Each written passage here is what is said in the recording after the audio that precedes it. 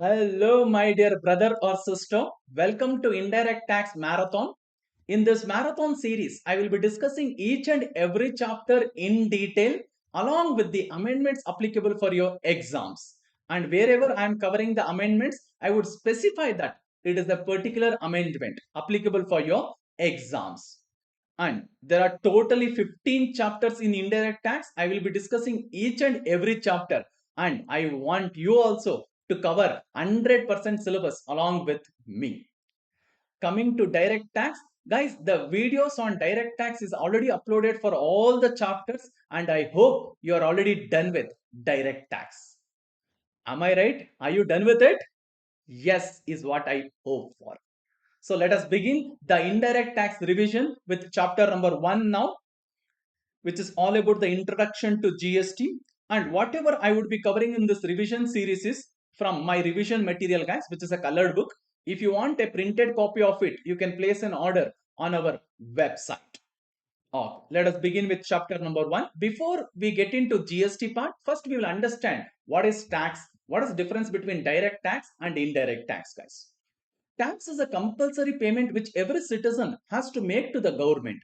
Sir, why do government collect taxes? Whether it is central government or state government, they have various expenditures to make, guys, like health, education, infrastructure, public security, and also various public schemes which they offer to the public or people at large of the country, like free electricity or free bus facility, or government will also offer an helping hand to senior citizens or to the farmers and all. So where do the government get money to spend for all these purposes? Is the major source of revenue to any government, whether it is central or state, is from tax collection, guys. And we have two different types of tax, that is direct tax and indirect tax. I have given in this table what is the difference between direct tax and indirect tax. Direct tax is the one where the impact and incidence is on the same person. Income tax is an example for the direct tax. Sir, if I am the person who is earning the income, who should pay tax, guys? Myself. Will you pay tax on behalf of me or for me? No.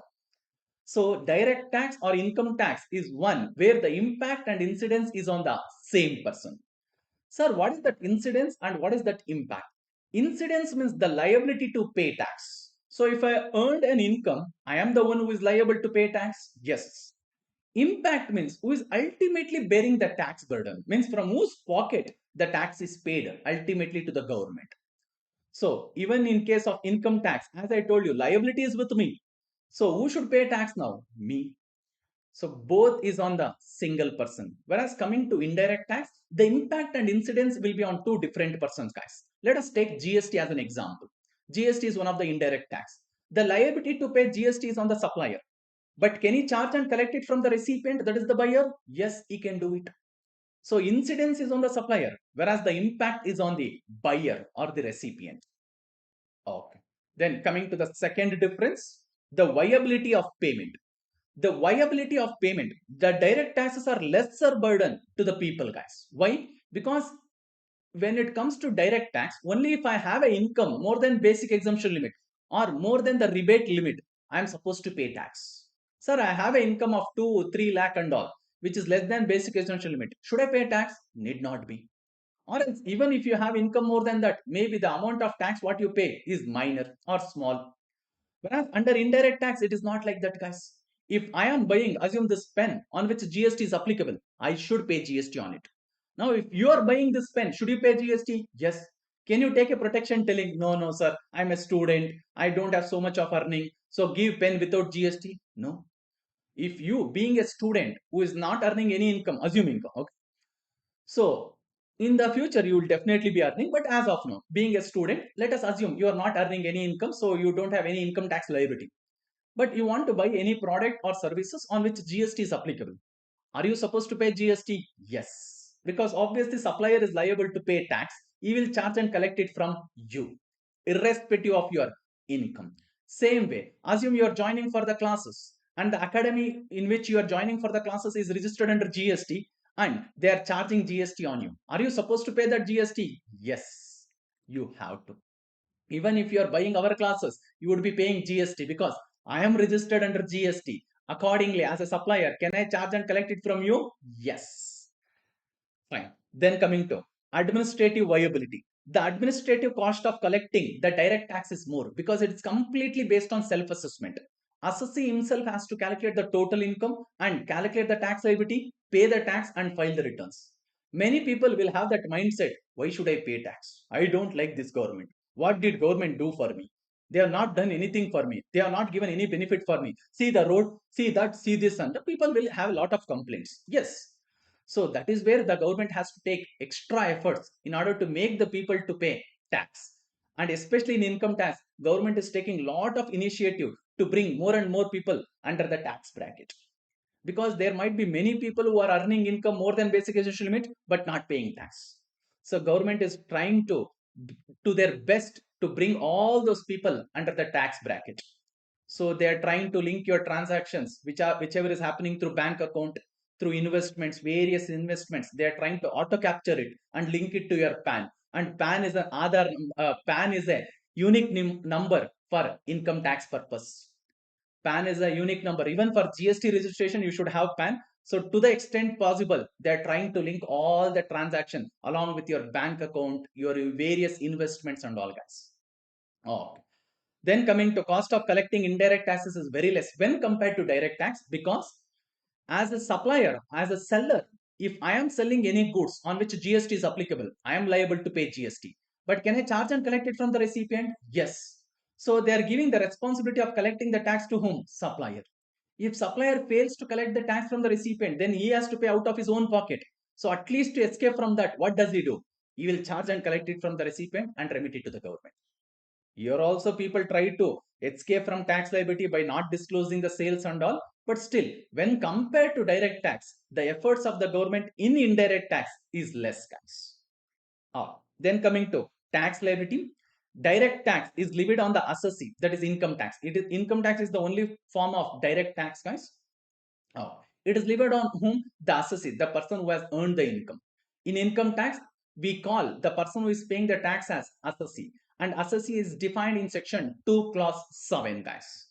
Okay. Whereas indirect tax is levied on the supplier of goods or services. Or even customs duty comes under indirect tax. Customs duty would be levied on whom? Importer or exporter. Or what is covered in your syllabus is only GST. Customs is not a part of your syllabus. So if I just consider GST, it is always levied on the supplier, guys. The liability or the incidence is on the supplier. Okay. Then coming to the last difference, that is the nature. Income tax or direct tax is progressive in nature. As the assessee progress, even government will progress. As and when I earn more and more income, I will pay more tax. Because for slab rate assessee, what is the tax rate applicable? Slab. Correct now. More and more income you earn, more and more tax you have to pay. 30% being the highest rate. Yes. Even if it is a company partnership firm and all, flat rate is applicable. But they will also end up paying more and more tax as and when they earn more and more income. Yes, sir. So it is progressive in nature.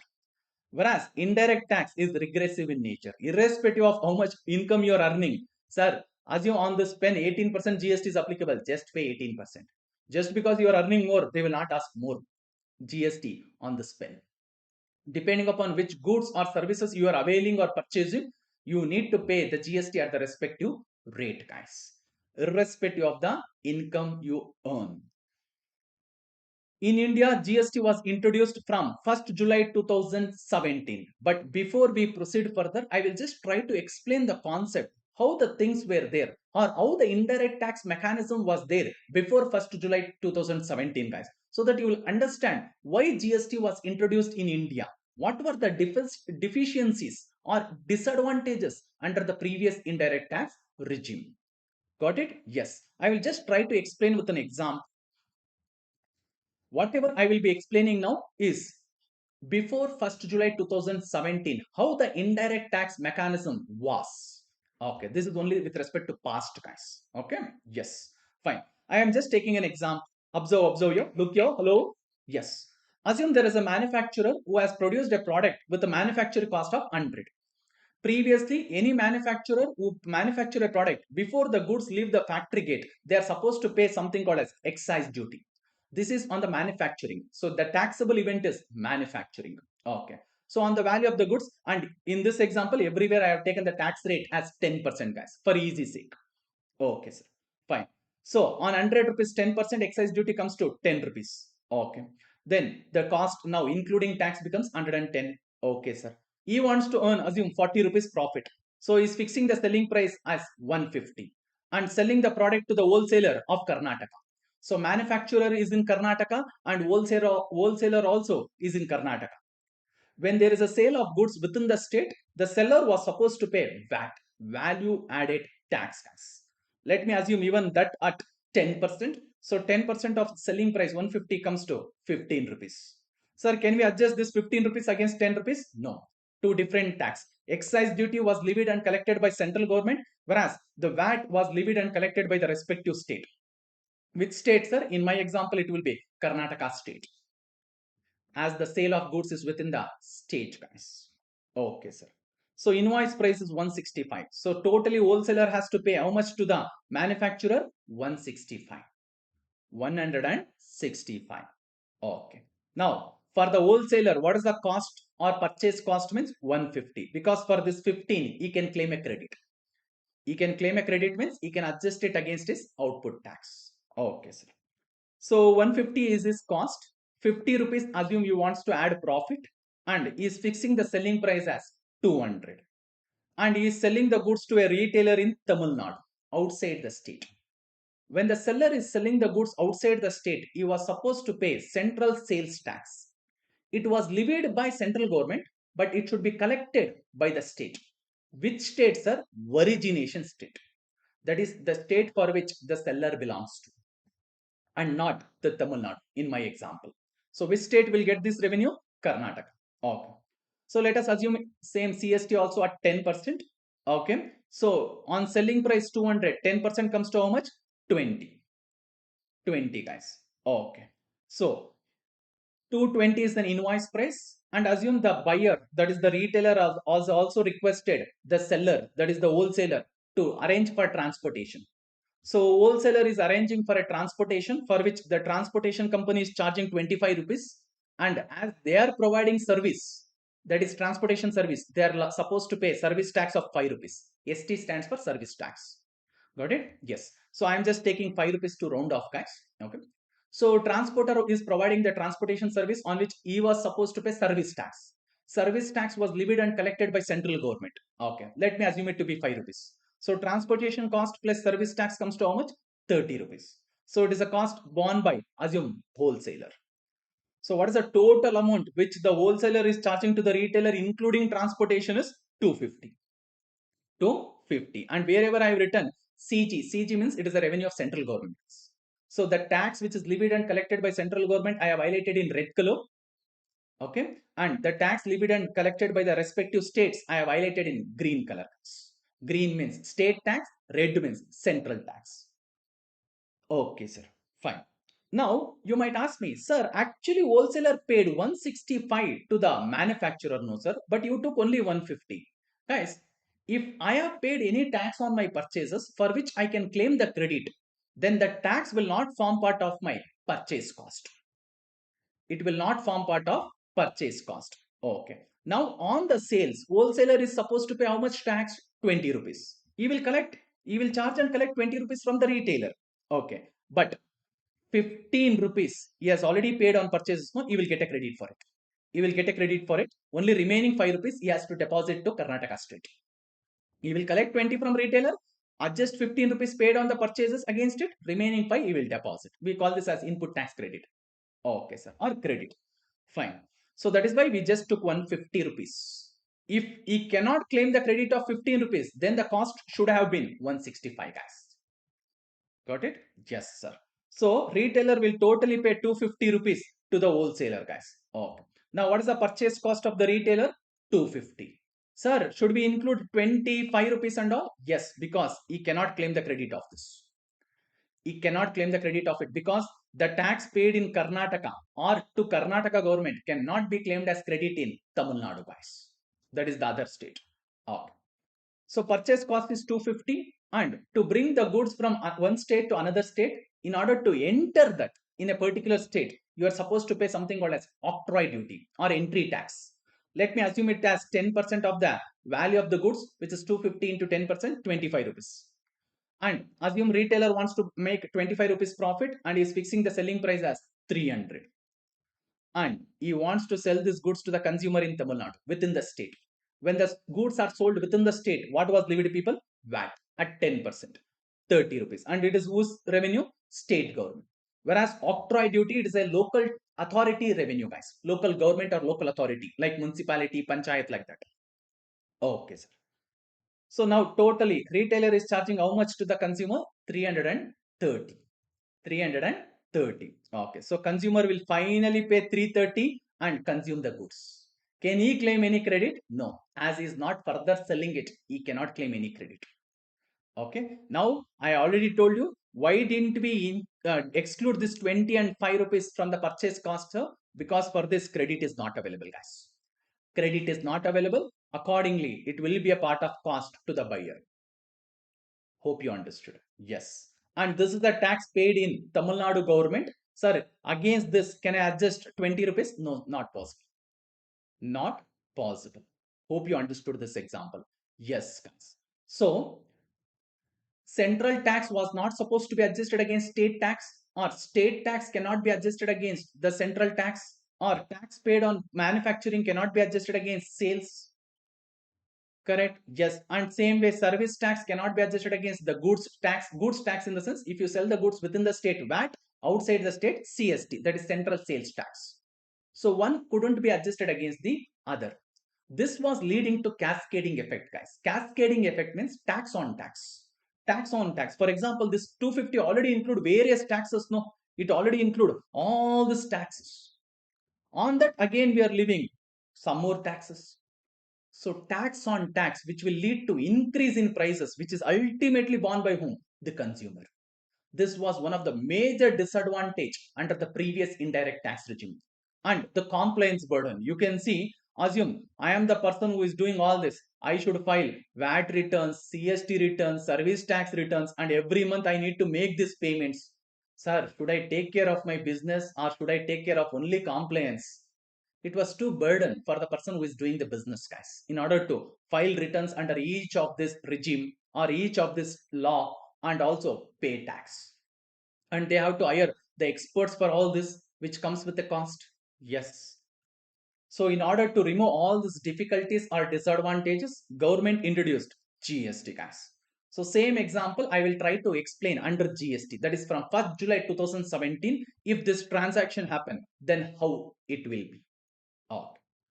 So I will start with this. Manufacturer, the cost is 100 rupees. Assume he wants to add same profit which I took here, I will take, guys. Okay, 40, 50 and here 25. Same amount of profit I will take. Okay, yes.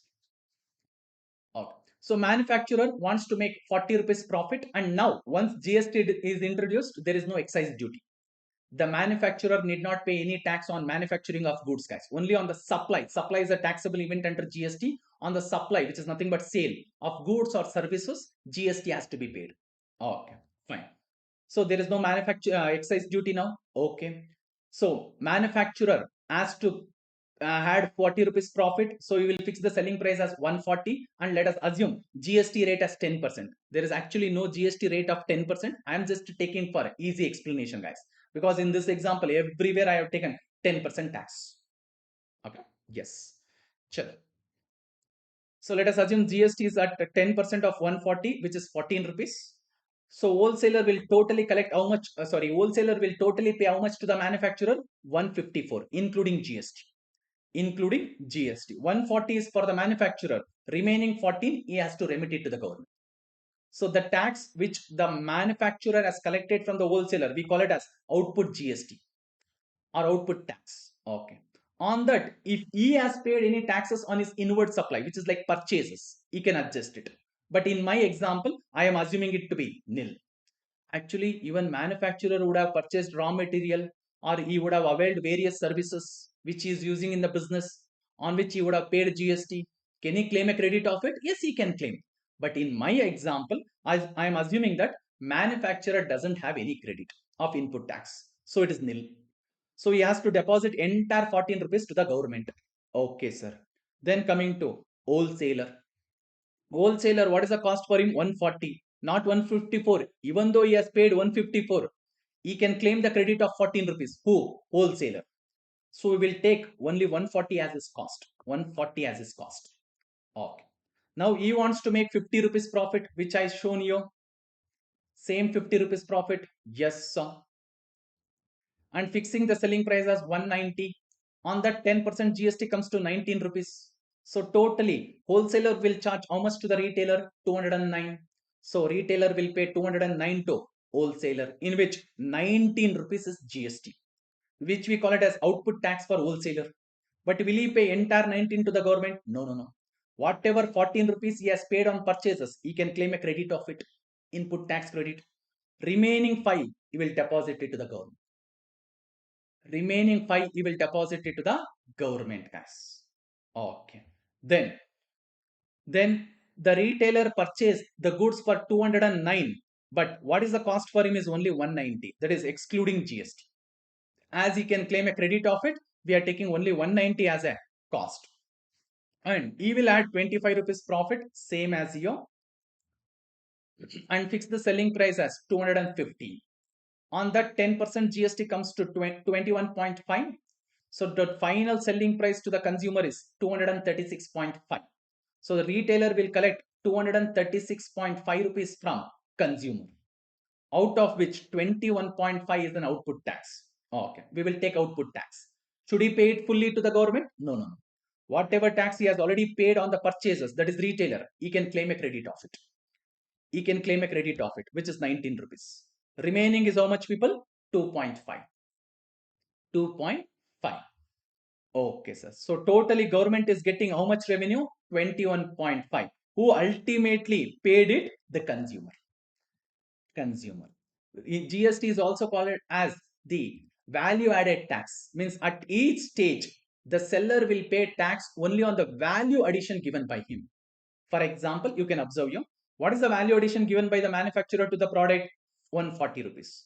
On that 10% comes to how much? 14. He paid it.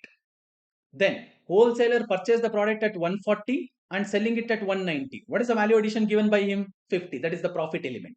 Okay. And I am assuming in this value chain or in this supply chain, everyone are just purchasing the goods and selling as it is, guys. We are not considering any cost incurred by these people. Okay. Yes. Chalo. So he purchased for 140 and selling for 190. So that means what is the value addition given by the wholesaler to this product?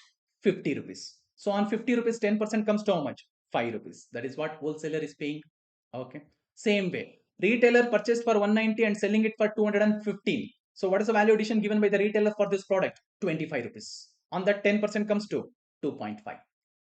So you can see at each stage of supply, the supplier is paying tax on the value addition given by them to the product. That is why GST is called as value added tax. But ultimately, the consumer will bear the full tax. Why? Because, sir, whatever supply we are making, if I am assume I am purchasing the goods and I am using it in my business, or if I am further selling it, I can claim a credit of whatever tax I am paid on my purchases. And on my sales, whatever I am liable to pay, I can charge and collect it from my recipient. And you can observe one of the major advantage under GST is, sir, cascading effect is removed under GST. No, yes, accordingly the end consumer will end up paying lower amount or less price for the same product. Under previous indirect tax regime, consumer was paying totally how much, guys? 330, which includes multiple taxes, whereas here 236.5. And you can see manufacturer, wholesaler and retailer is making same amount of profit under this scenario also. Got it, people?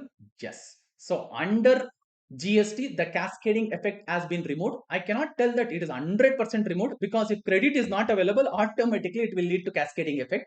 Yes. So there are few scenarios when credit is not available. So in that case, will it lead to a cascading effect? Yes. But to the extent possible, they have tried to remove the effect of cascading under GST, guys. And now under GST, the supplier is supposed to file 2 returns.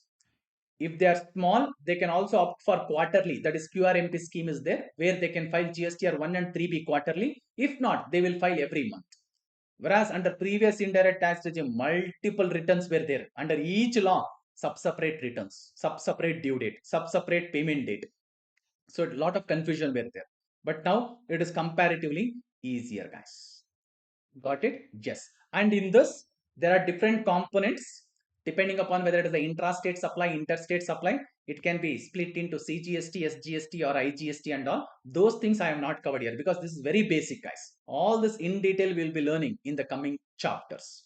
Even to claim this credit, there are a lot of conditions to be satisfied. With respect to input tax credit, provisions are covered in section 16 to 21 of Income Tax Act. CGST Act. CGST Act. As I am a teacher teaching both income tax as well as CGST, sometimes by mistake, instead of telling GST, I might tell income tax, or instead of telling income tax, I might tell GST. So please forgive me. Yes, because inside me, income tax teacher also is there, guys. Okay, fine, sir. Then coming to this part. Okay, I will also try to explain the concept of GST through this. Yes, guys, under GST, the taxable event is supply. So whenever there is a supply of goods or services, the supplier is liable to pay GST, but can he charge and collect it from the recipient? Yes. Now assume supplier is supplying the goods to the recipient, which we call it as outward supply. Sales is called as outward supply. Okay. On that, he is supposed to pay output tax. Let us assume the value of sales or value of supply is 25 lakh.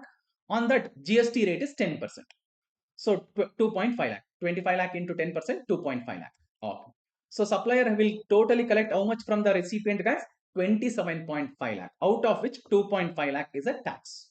So what is the revenue of supplier means? 25 lakh only. Okay, sir.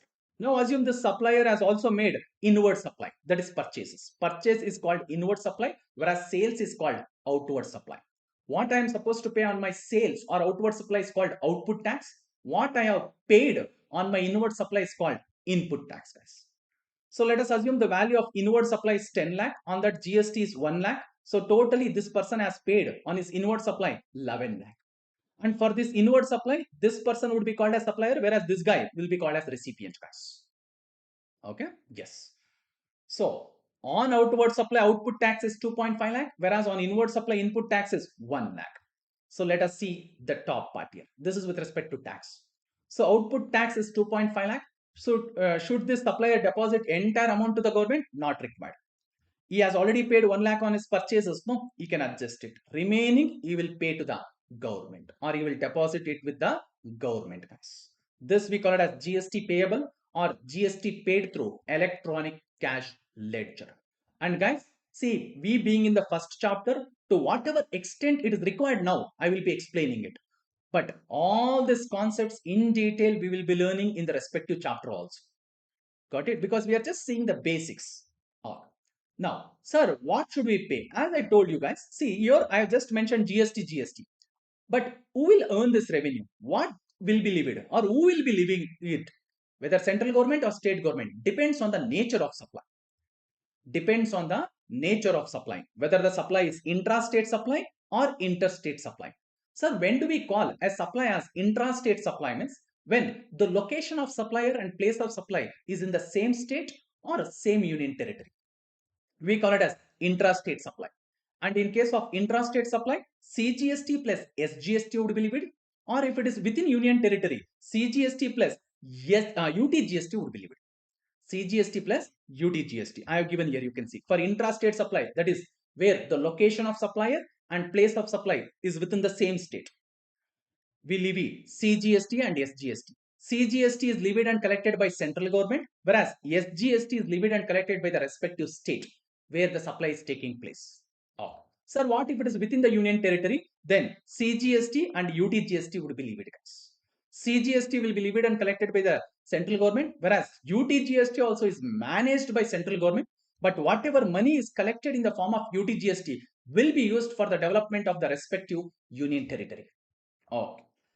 Next, sir, what if it is not intrastate supply? We call it as interstate supply. That is when the location of supplier and place of supply is in two different states or two different union territory or one state, one union territory. Then we call it as interstate supply. In that case, IGST will be levied by central government. IGST would be levied by central government. Half of it they will keep, Another half they will give it to the destination state, guys. Destination state. GST is called as destination based consumption tax. So the revenue, when the supply is outside the state, the revenue will go to the destination state and not origination state. Okay, sir. Fine. So this is all about the basics of GST, guys. Till now, whatever we have seen is just a basics of GST. Yes, we'll go back to the revision material now. We will see what points are given. GST is a consumption based tax which is levied on the basis of what? Destination principle. The concept relates to taxing the supply of goods or services at the point of consumption. Guys, assume the GST rate applicable is 18%. If it is intra-state supply, 9% CGST, 9% SGST will be levied. 9% CGST will go to central government pocket and 9% SGST will go to the respective state government pocket. Sir, what if it is interstate supply? Then 18% IGST would be levied, in which half will be retained by central government as their revenue, another half will be given to the destination state. That is why we are calling GST as destination based consumption tax. Okay. For example, assume the goods are sold by me to a person in Tamil Nadu. So it is an interstate supply. 18% is the rate applicable, you assume. In that case, 18% IGST will be levied and collected by the central government. 9% will be retained by the central government. Another 9% they will give it to the Tamil Nadu government. Yes, sir. Next one. It is applicable all over India, including Jammu Kashmir. So GST provisions is applicable entire India, guys. Yes, sir. Then it adopts dual taxation model where both union, that is central government, as well as states levy and collect taxes simultaneously. So both have the power to levy and collect GST, guys. Okay. It ensures seamless flow of input tax credit to a large extent. As I explained in my example, the tax paid on inward supply is allowed to be adjusted against output tax. That is called input tax credit. So at each point of sale, the supplier will end up paying tax only on the value addition given by them to the product or service. Oh. Next, for GST purpose, they have framed a GST Council as per Article 279A. Any decisions with respect to GST will be taken by GST Council, which is headed by the Union Finance Minister, guys. That is Madam, our Madam. Okay. Next, to essence of GST is in removing the cascading effect. Sir, what is the purpose of implementing GST? The important feature is to remove the cascading effect which was there under the previous indirect tax regime. Okay. That is tax on tax, both central and state taxes by allowing a setting off of taxes throughout the value chain, right from the original producer and the service provider's point of view up to the consumer level, guys.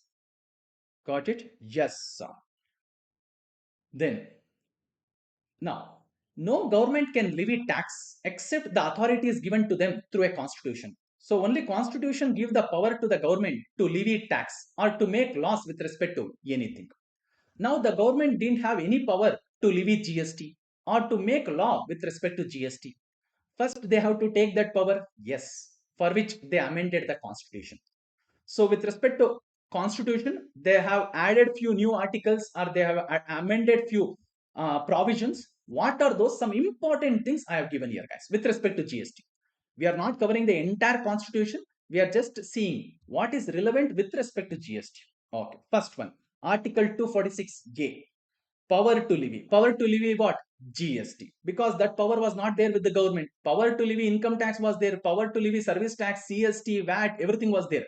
But power to levy GST was not there. So they added a new Article 246A to take that power. Okay. So this Article 246A, we will override Article 246 and grants power to both central government as well as state government to make law with respect to GST. Both the government is making the respective law. CGST law will be made by central government, whereas the SGST Act will be made by state government. In addition to this, there are few more laws which we will discuss later. Only parliament can levy tax on what? Interstate supply. That is outside the state. Only parliament means central government will have power. And with respect to interstate supply, it is given in Article 269A. What is it? Parliament to levy IGST, that is integrated GST, on interstate supply. Import and export is also deemed to be interstate. Guys, when it is outside the state, it is considered as interstate. Sir, what if it is outside the country, import and export? Obviously interstate. Obviously interstate. And in GST, export is treated as zero rated supply, whereas import is interstate supply and we levy IGST on it. Even the export is also interstate supply, but taxable at zero rated. We call it as zero rated supply. Whereas on import, IGST would be levied. And government is supporting the exporters by treating it as zero rated supply under GST, guys. Okay. IGST, whatever is levied and collected by the central government, will be distributed between the central government and the destination state. And the parliament means central government, will decide with respect to place of supply. There is a separate provisions with respect to place of supply, which is given in IGST Act, which is made by whom? Central government. And we have a separate chapter for it. We will cover it later. Then Article 279A, which talks about GST Council. As I told you guys, GST Council has been formed by a president, and any decisions with respect to GST will be taken by GST Council. Any announcements will be made by government, but who will recommend this announcement to the government is the GST Council. They will conduct a meeting, take the decisions and recommend it to the government, and government will finally make an announcement, guys. Okay, fine. A federal body constituted by the president on 15th September 2016, that is GST Council, and who are the members of it? The Union Finance Minister is the chairperson, currently the Nirmala Sitharaman Madam. Then Union Minister of State, who is Pankaj Chaudhary, he is also from central government, but he is in charge of states. Okay, because Madam cannot go to every state and collect what is required, what in fund they want and all, what is the need or requirement for them. So there is one person to assist the central finance minister, that is the Union Minister in charge of the states. Okay, so they both belongs to central government, guys. Then every state will have state finance ministers. They are also a member of it, guys. Okay. And what is the quorum of GST Council meeting is one half of the total number of members. Okay. But before going forward, guys, I will just explain you. See, the total number of members in GST Council is 33. Sir, how is it? Central Finance Minister is one. Then Union Finance Minister or Union Minister of State in charge of revenue or finance. Okay, they are from central government but in charge of states. Okay, so they both are from central government, which I have highlighted in red color. Then the last one is state finance ministers, totally 31. For GST, we have totally 31 states, guys. How is it? I will explain you. So totally how many members are there? 33 members are there for GST Council. And for GST purpose, guys, we have totally 31 states. In India, actually, we have 28 states and 8 union territory. I repeat, 28 states and 8 union territory. But for GST, we are treating Delhi, Puducherry or Pondicherry and Jammu Kashmir as states, because they have their own state legislature and they have their own chief ministers. So for GST, we are treating these 3 union territories with state legislature as what, guys? States. So totally we have how many states for GST purpose? 28 plus 3. Whereas how many union territories? 5. Which are those? Andaman and Nicobar Islands, Lakshadweep, Dadra and Nagar Haveli and Daman and Diu, last 2, Chandigarh and Ladakh, guys.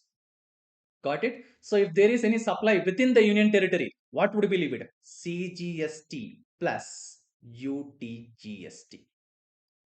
Sir, if there is any supply within the states, what would be levied? CGST plus SGST, guys.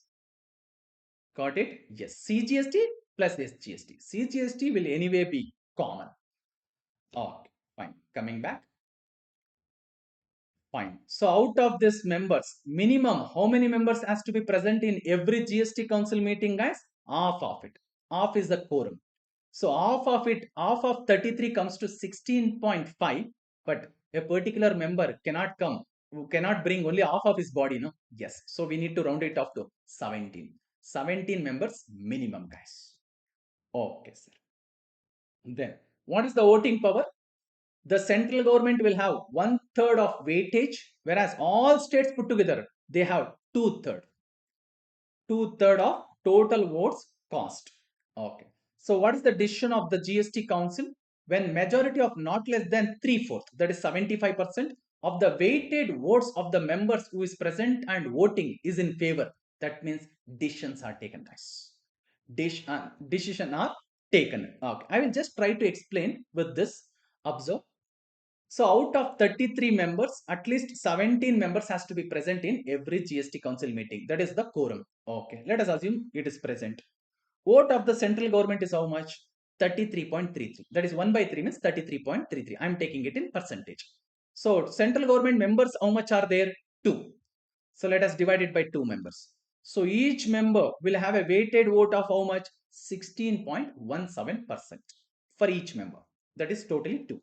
Oh. Now votes of all states put together is how much? 2/3. 2/3 means, can I take it as 66.67? Yes. Divide it by how many total state members? 31. So per member how much? 2.15. See, if I just look like for this, it looks like more, but this is all states put together. Whereas this is only for 2 members of central government. Okay. So for state government, each and every member will have 2.15% for each member voting rights, guys. Okay, or weighted vote. So what is the majority for any decisions to be taken in GST Council meeting is 75% of what?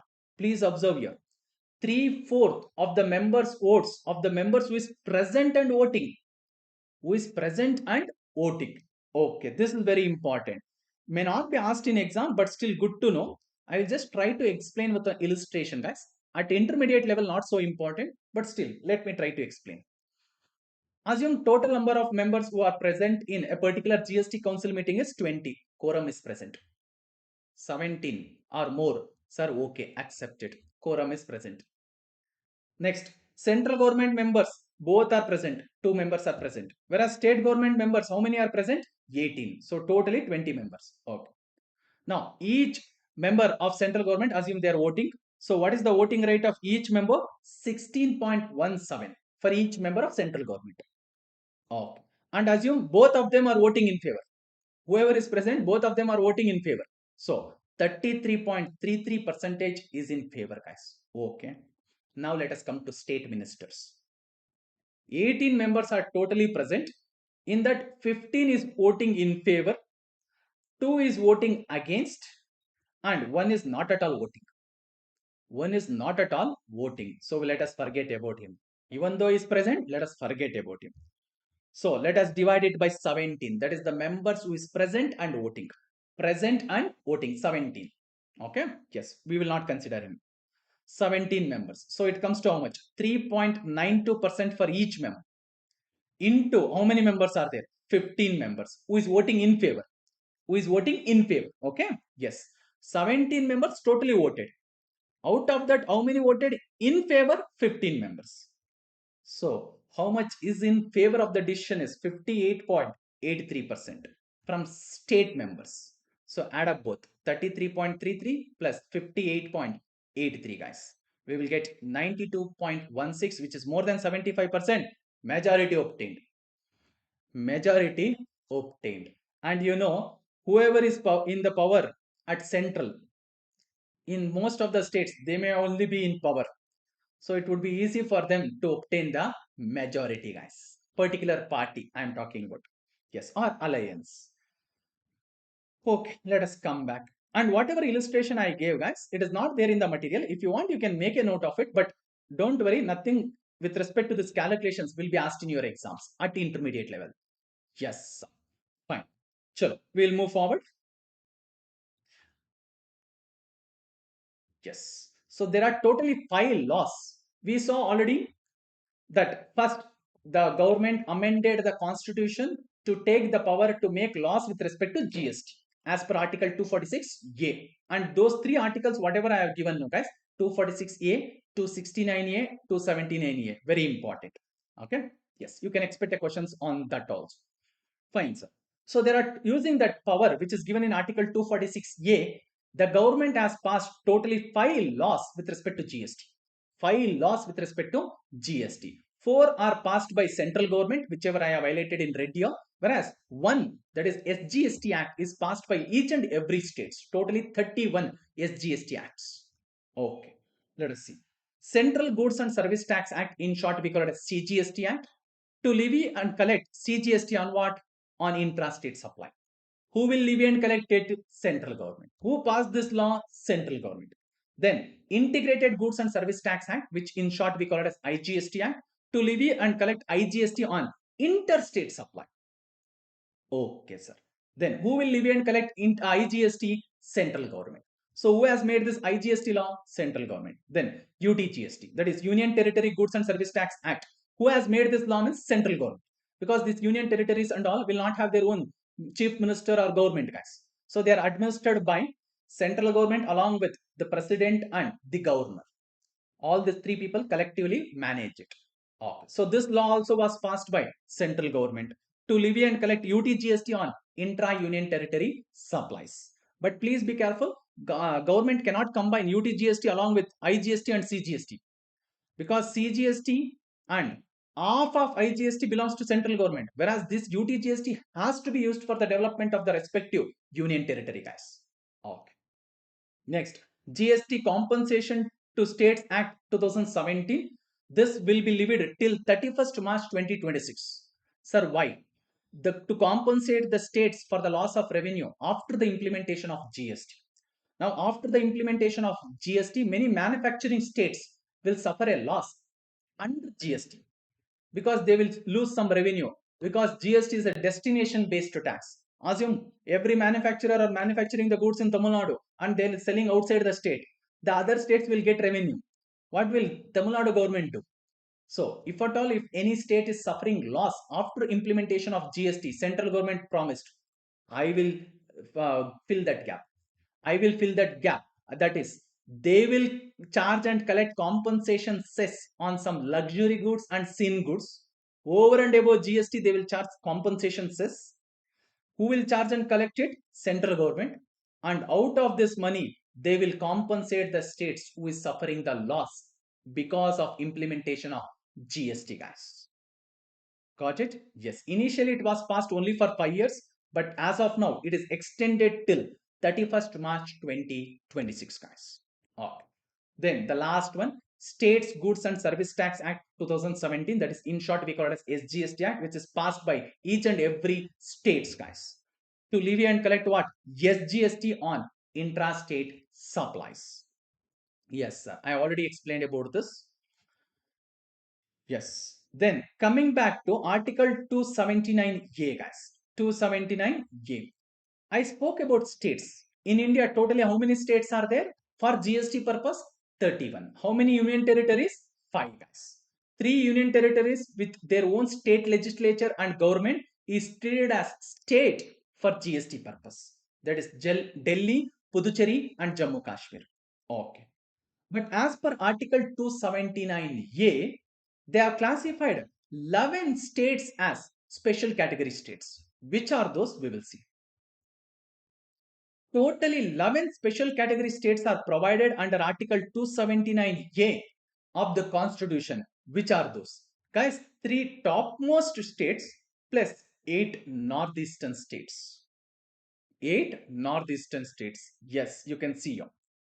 Jammu Kashmir, Uttarakhand, Himachal Pradesh, that is the top 3, which we call it as illy states. Okay, then these 8 are the northeastern states: Arunachal Pradesh, Assam, Meghalaya, Manipur, Mizoram, Nagaland, Sikkim, and Tripura. It is easy for you to remember with a map. I have given India map actually in registration chapter, guys. In registration chapter of my revision material, I have given India map. There also states are very important. Okay, yes. I will just try to explain through this so that you can easily remember. You can see Jammu Kashmir, Himachal Pradesh, Uttarakhand, the top 3 states, plus 8 northeastern states. This one, starting from Sikkim. So let me just read it out once. Sikkim, Arunachal Pradesh, Assam, Meghalaya, Nagaland, Manipur, Mizoram, and Tripura. Small, small states. They are categorized as special category states. So as per Article 279A, there are totally 11 special category states. But in few selected provisions like Section 10 or in registration chapter Section 22, they have picked only few of this. Not all 11, few of this. So when we go and learn that particular topic, I will tell you out of this 11, how much is considered as specified special category states for that particular provision or topic, guys. Got it? Yes, sir. Okay, we are done with this. Next. Sir, which are the taxes which were levied before 1st July 2017 but now subsumed under GST? In simple, these are replaced by GST, guys, from 1st July 2017. This were the taxes which were levied by central government before 1st July 2017, and this were the taxes which were levied by the respective state government before 1st July 2017. But from 1st July 2017, all these taxes have been replaced by GST. Got it? Yes. So I have given the list separately. Please try to remember it, guys, because questions are asked in the exam on this. Even in the upcoming attempt, they may ask. They may ask only one list, either of them or both. So please remember both. I have highlighted central taxes I have given in red, whereas state taxes I have given in green, guys. Just have a look at it. And you guys can just pause the video and go through it. Especially here, please be careful. Entertainment tax except those levied by local bodies. For example, if entertainment tax is levied by local bodies, it is not subsumed under GST. It is there even today. It is there even today, guys. Okay, so fine. Then GST has been defined in the Constitution, guys. What is that definition? We will see. Article 366(12)(a) of the Constitution defines goods and service tax as the tax on supply. Okay, supply is a taxable event. Okay, of goods or services or both. Guys, they have defined all these three. These three is the key important terms. We will see the definition of all this in the next chapter. Especially supply is a taxable event under GST, which is given in section 7 of CGST Act. We will be learning in detail about supply in the next chapter, guys. And even goods and services also is defined in CGST Act. We will see that. Oh. So I will repeat, as a tax on supply of goods or services or both except supply of alcoholic liquor for human consumption. Means GST is not levied on alcohol, guys. And alcoholic liquor for what? Human consumption. It is kept completely outside GST. And please be careful only if it is for the human consumption. Sir, what if it is for any other purpose like medicine or medical? In that case, will GST be levied on it? Yes. Okay. So that means alcoholic liquor for human consumption is kept outside GST. That means no tax, huh? No, no. Excise duty is levied on the manufacturing, whereas on sale, if it is within the state, VAT is levied. If it is outside the state, then central sales tax would be levied, guys. That is whatever was already there before implementing GST. Same thing will continue on the alcoholic liquor for human consumption. Okay. So alcoholic liquor for human consumption is completely kept outside GST, whereas 5 petroleum products are temporarily kept outside GST. Any day, if GST Council decides, they can bring it under GST bracket. But as on today also, they are outside the GST, guys. That is the petroleum products. Okay, what is it? As per Article 279A 5 of the Constitution, 5 petroleum products, that is petroleum crude, high-speed diesel, motor spirit, aviation turbine fuel, and natural gas. In short, I call it as PHD, man. P for petroleum crude, HD for high-speed diesel, M for motor spirit, then A for aviation turbine fuel, and N for natural gas. Have been temporarily kept out, and GST Council shall decide the date from which they shall be included in GST. Still, as on today also, they are not included the petroleum products under GST, guys. Got it? So you can remember it easily. PhD man will not have alcohol because this have been kept outside the GST. Okay, sir. Fine. Then even on this, what would be levied, sir? On manufacturing excise duty, whereas on sale, the VAT or CST would be levied, guys. And most of the states will get the major revenue from these two products only. That is alcohol and the petroleum products. That is one gadi hakadu, one body hakadu. One which you will put for gadi, the other one which you put for your body. Okay, not for your body, people. Okay, you guys, Papa, we are very studious and serious about your studies. Okay, fine. Both have been kept outside the GST, guys. Here also, I have given the list of the items on which GST is not levied. The following subject matters have been kept outside the purview of GST. alcoholic liquor for human consumption, petroleum crude, diesel, petrol, aviation turbine fuel, and natural gas, entertainment tax levied by local bodies. If it is not levied by local bodies, it is subsumed under GST.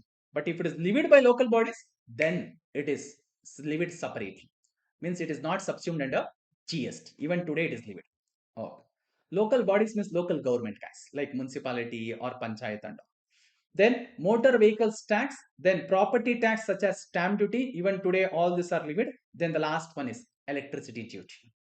Then one special product, that is tobacco and tobacco products, would be subject to GST. That is, on sale of tobacco and tobacco products, GST is applicable. Whereas in addition to that, the center would have the power to levy central excise duty on these products, guys. So on tobacco and tobacco products, government want to increase the cost of this so that people will not consume it. So that is why they are charging 2 tax. On manufacturing, excise is levied, whereas on sale, GST is levied. And this is the only product on which both is applicable, guys. Okay, yes. So this is all about the revision of first chapter, guys. Very simple and straightforward chapter. But from next chapter, we'll actually deep dive into GST. Now come to the first page of our revision book. In the first 2 pages, I have given the list of section numbers of both CGST Act and IGST Act, guys. Let us just mark it as and when we cover. Oh. Section number 1 of any act talks about short title, extent and commencement, guys. So what is the short title of Central Goods and Service Tax Act? It is CGST. And it is applicable to entire India, including Jammu Kashmir, guys. Okay, yes. Then commencement. It was commenced from what date? 1st July 2017. GST was rolled out from 1st July 2017, which is also a Chartered Accountants Day. Yes, sir. Fine. Then section 2 of any act talks about definition of various terms used in the act, guys. So we will also be learning as and when we cover a respective chapter or topic, we will also see the definition with respect to that particular topic, guys. I will not cover it as a separate chapter. Okay. Even for IGST also, if you see, section number 1 and 2 is same. For any act, it will be same, guys. Got it? And majority of the provisions covered in your syllabus is from CGST Act. Few provisions of IGST Act is covered like place of supply and all, or nature of supply. But when I go to that particular topic, I will stress on it. If not, any section which we are learning is a part of CGST Act. Majority of the portion is from CGST Act. Okay, sir. Fine. Then 3 to 6 is actually administration, which is not a part of your syllabus, guys. Which is not a part of your syllabus. Even under IGST Act, actually section 3 and 4 talks about administration. It is not a part of your syllabus. So these are few basic things which we have covered in this chapter. Guys, now it's high time for you to change the gear. I know till now maybe you would have relaxed, but not from now. So however good you are prepared till now, the last few days or few months before the exam is very crucial, guys. So you have very limited time, but you have to cover too many things. I hope you guys would have already finished studying and all. So it's just now time to revise. But still, guys, so please change your gear. If not, if you are changed till now, if you already changed, great. You're God. Yes. But make sure that you allocate time for each and every subject. Being a tax teacher, I will not tell you only study tax, get exemption in tax. No, no. Please allocate time for all the subjects. Make sure that in every paper you are aiming exemption. Don't target that 40 marks, guys. Because if you just prepare for 40 and try to write for 40, you will definitely not get 40. You should be knowing this reality even before going to the exam. So please don't under prepare. Prepare for even for the most toughest paper, challenging exam, so that at least even if you are not able to attend 1 or 2 questions fully, still you will be able to get exemption, guys. Because I believe that even in the toughest exam, getting 60 is not tough. You can easily get it. I am not asking you to get above 80 or 90. I am just asking you to get above 60. And please accordingly prepare, guys. And it's possible. Prepare well.